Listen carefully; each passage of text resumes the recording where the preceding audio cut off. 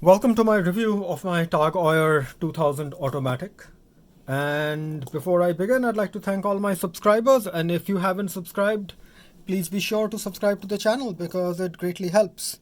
So let's get started on this Tag Heuer 2000. What makes the Tag Heuer 2000 is this actually, as you know, with Tag Heuer watches, is Tag Heuer comes about through an amalgamation of two companies. One was Tag and the other was Heuer, which is why I say like the early Tag Heuer watches like this F1 here, the crown actually says Heuer because all they did was they took a kit of parts from whatever was left over from the Heuer bin and they assembled their early watches. And the Tag Heuer 2000 is very unusual because this is actually a design that predates the formation of Tag Heuer in 1985.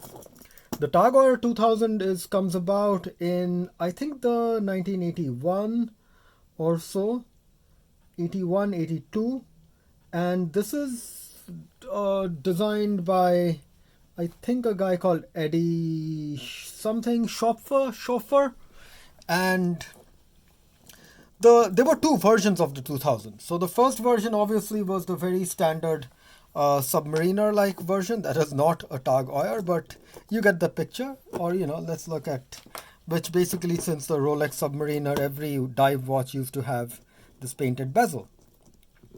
The Tag Heuer 2000 also had another version which did not look like a submariner.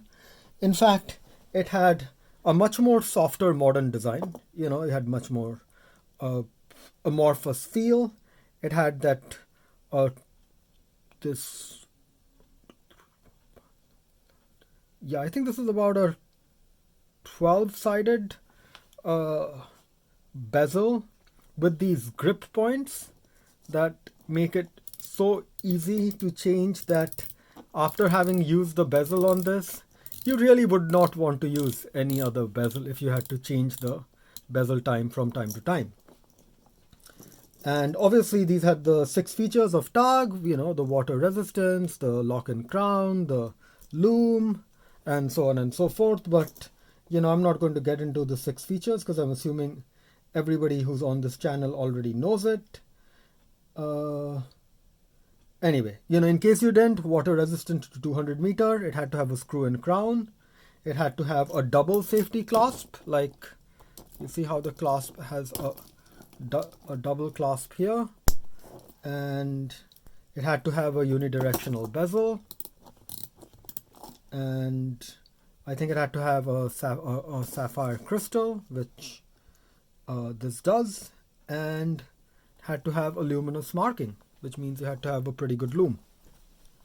But getting back to the 2000 is, so this watch comes out really as quartz watches in the mid 80s when Heuer releases the 2000. The Heuer 2000 was the only quartz diver. They never had an automatic version of this diver.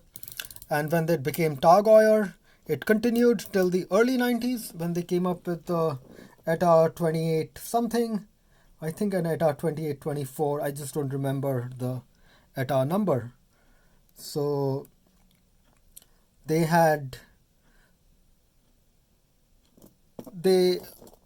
obviously got some things very right with this watch. This is one of the most successful dive watches of the 90s. Tag Heuer was legendary in the sports diver field in the 1990s. And you would see their ads everywhere. You look at airline magazines, you look at Billboard, and you'd pretty much see this exact same watch advertised because this watch made Tag a lot of money.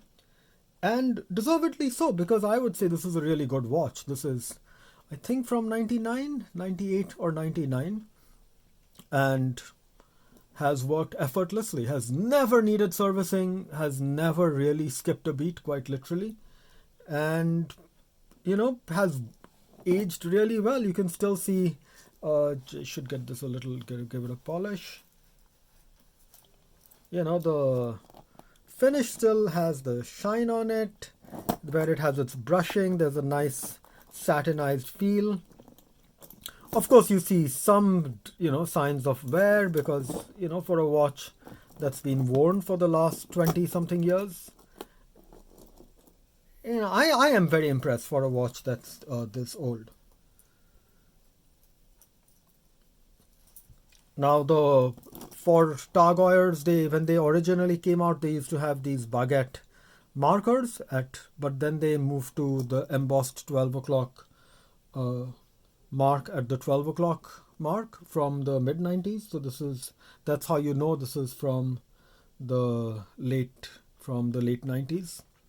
These bezel grips were highly polished when this came out, so it has had a very nice look, but I think as they get scratched, I mean, these bezel grips obviously get scratched the most, they kind of lose their high polish as time goes by.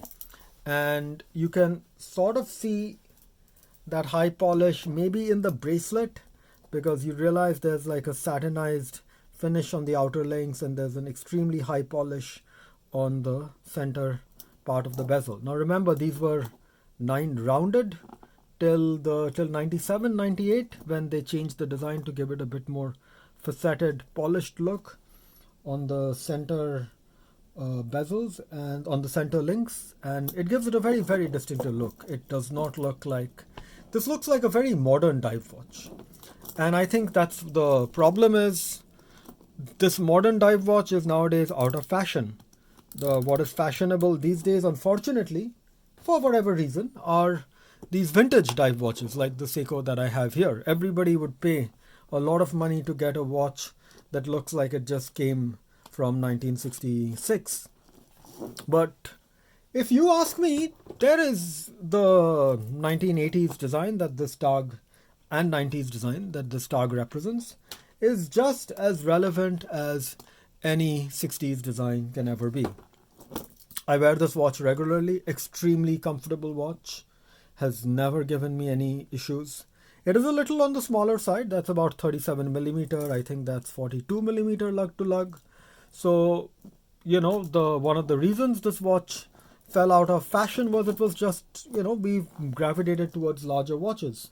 But as the trend is moving back towards smaller watches, I think the 2000 Tags represent some of the best bargains that you can get, because you can get these for about $700 these days. So for $700, you're getting a sapphire crystal, you're getting solid end links, you're getting, obviously, with the Tag, you have to know that it also has the dive extension. There you go, there's a dive extension that's part of every Tag. Yeah, the clasp is not milled, it's stamped, but come on, you didn't have milled and stamped clasps in the 90s. They only come about in the mid to late 2000s, when these watches had to start distinguishing them to be even more luxury. A fabulous movement. It's a 2800, 800 beats per hour movement, so it has really the same smooth sweep that, say, this Grand Seiko movement would have on a Seiko 62 Mass that I have here. So, you just can't go wrong with a 28,800 beats per hour movement. These are really, really good movements. The bezel, that throws most people off, because I think for some reason people tend to prefer these traditional submariner type bezels.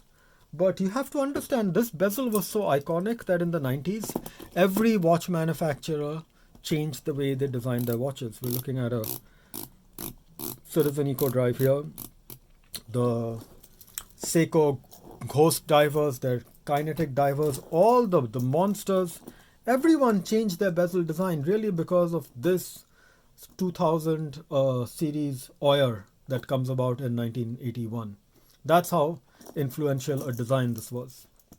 And to this present day, this is one of the best watches that I own for a daily wear perspective, because no watch can match the utility of this watch, because it takes a beating, and it obviously doesn't look like a new watch, but it never really gets old.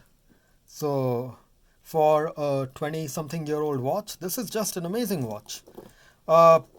Any final thoughts? Not, I mean, it's one of the things that I do like is how symmetrical the case is. It just makes it very easy to hold. They manage, because you have to have the crown guards out here, which is kind of, instead of sticking out, are really flow beautifully into the design, exactly the way, say, on the Citizen, the crown guard flows in, and it has that symmetrical balance on the other side. The Citizen doesn't quite have it, which does give this a very nice balance. And the satin finish is really a very high quality finish. There's absolutely, if I had to buy this watch again, unfortunately they don't make now these are called the Aqua Racers watch, and I don't like the Aqua Racer series much. But I'm so glad I have this watch. This is one of those watches that's always going to be a keeper. Thank you very much. Hope you guys enjoyed the video. Please be sure to like the video and hit subscribe, and I will see you on another video.